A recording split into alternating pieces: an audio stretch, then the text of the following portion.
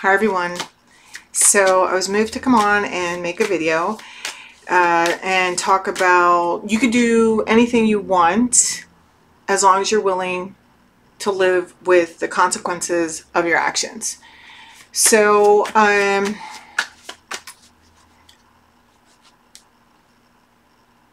the art of surrender, I guess, needed to come to me first. I needed to be willing to listen long enough to hear those words, right? I shared, I believe in my last video, a little bit about that surrender and how I began my journey into self and making a connection with my higher power, whom I choose to call God. So I've been moved to talk about this. You could do anything you want. You just have to be willing to live with the consequences of your action. And being the stubborn and independent person, well, I've grown to be more independent. I used to think I was independent, but really I was just in denial of who I actually was. So, you know, it's been a journey to become the person that I am in front of you today. And, you know, who I'm dependent on is myself and God, you know. But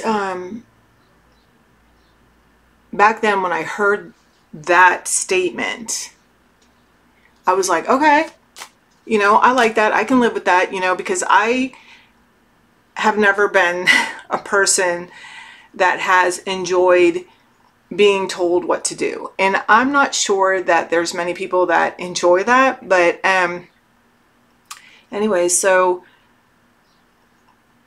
I felt like I had some sense of control over my life in a time where my whole life had just fallen apart. This was early in my sobriety, so that was a long time ago. And I was living in a halfway house. I had just found out I was pregnant. I was going to be a single mom. I didn't have a job. I was incapable of working. I was suffering from just severe anxiety and depression, and just, I was all over the fucking place. And that statement allowed me to, and still allows me to move forward, to make good decisions for myself or not, you know. I'm like, okay, I can live with that, like, you know. Or if it's like, if I don't do that, can I live with not doing that? And so I'm being guided to share that information with you. So that is a question that has really helped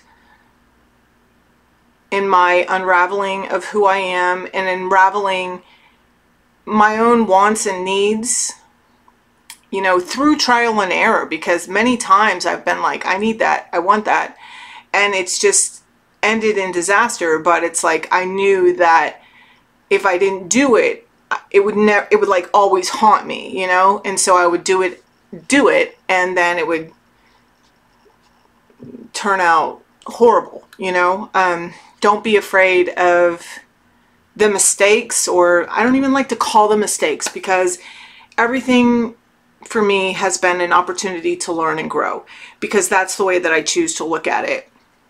You know, it's not to say that when things haven't gone the way that I have anticipated them to go, that I haven't gotten sad or even depressed, you know. My bounce back is much quicker these days, you know, and I'm very grateful for that. And it's because in the beginning, I feel in the beginning of my unraveling or diving deep, you know, when I first, like, for me, my spiritual journey began when I put down drugs and alcohol.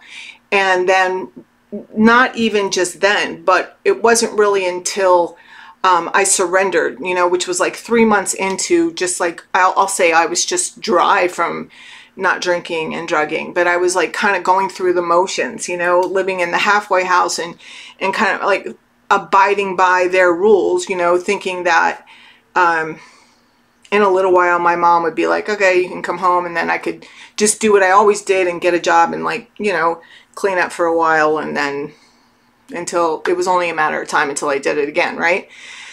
But this time has been different, which has been a huge surprise to me. You know, back then when I first started, there's no way in hell I would have told you that I was going to end up staying sober, like still being sober almost 22 years later. Okay. I'm sure everybody around me didn't think that that was possible either, but I've managed to get through the most tumultuous of times without drugs and alcohol, because of my reliance on a power greater than myself. God. I'm just going to call him God. That's who I call him, God. And, you know, I learned to trust him in baby steps, like I've mentioned before, just with the small things, you know, just for today, just for the moment, you know, and, you know, this was all like a practice. I had to start, you know, in the moment, in the minute. And, you know, I've shared on here before. I just feel like I'm kind of getting this feeling like maybe some of you are really struggling with addiction right now, or you're just starting out, or you're just leaving different situations. Maybe your world's been turned upside down. And when your world gets turned upside down, or I like to keep things on me because I don't like to tell people how you feel, you know, like when my world gets turned upside down, I always have to come back to the basics, right? And what are the basics? And most of the time I pretty much like stay here. That's what my experience has taught me, is just like, if I always stay here in this moment, in this, like, this is the only moment that matters right now. Me and you, we're talking right now.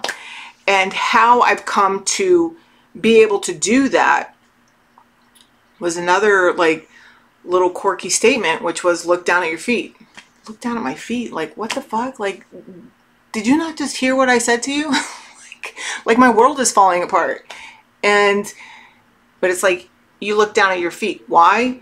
Because it reminds you where you are. And then when you look down at your feet and be like, okay, this is where I am. I'm in my room. I'm just like sitting here. I'm making a video. Take a deep breath. You look up and you do what's in front of you to do. And that's it. And the next time that your mind starts whirling and you start getting anxious, you'll look down at your feet again.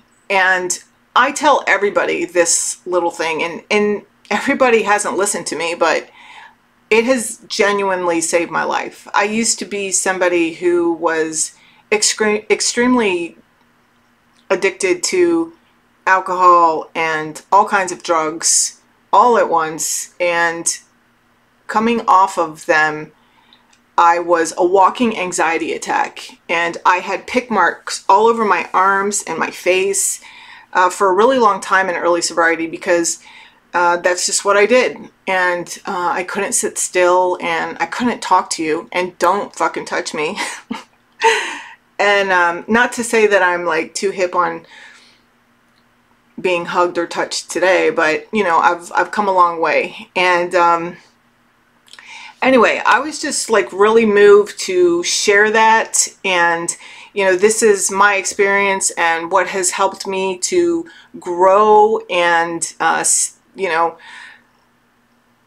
it helped get me steady, you know, in the beginning when I was so unwilling to, I was terrified. I was terrified about believing in anybody else other than myself, because I had been surviving on my own for so long, you know. I sometimes share with people that I get close to or that I'm working with one-on-one. It's that when I first got sober, I used to walk, the first thing I did when I walked into any room was look for a place to escape and look for something to kill somebody with just in case. That's a horrible way to live. But I didn't know it was horrible at the time. You know, I was just doing, that was just the way that I lived. And I don't live that way anymore. And I am so grateful for the life that I have today that, you know, I have to share. I have to share. God's put it on my heart to share, and that's what I'm doing. So anyway, I hope this helps you. I look forward to sharing more. God's kind of working with me in a different way, and I'm just kind of rolling with it and seeing where my path continues to, you know, as my path continues to unfold for me. So anyway, I love you guys. I hope you have an amazing day, and I will see you soon. Bye.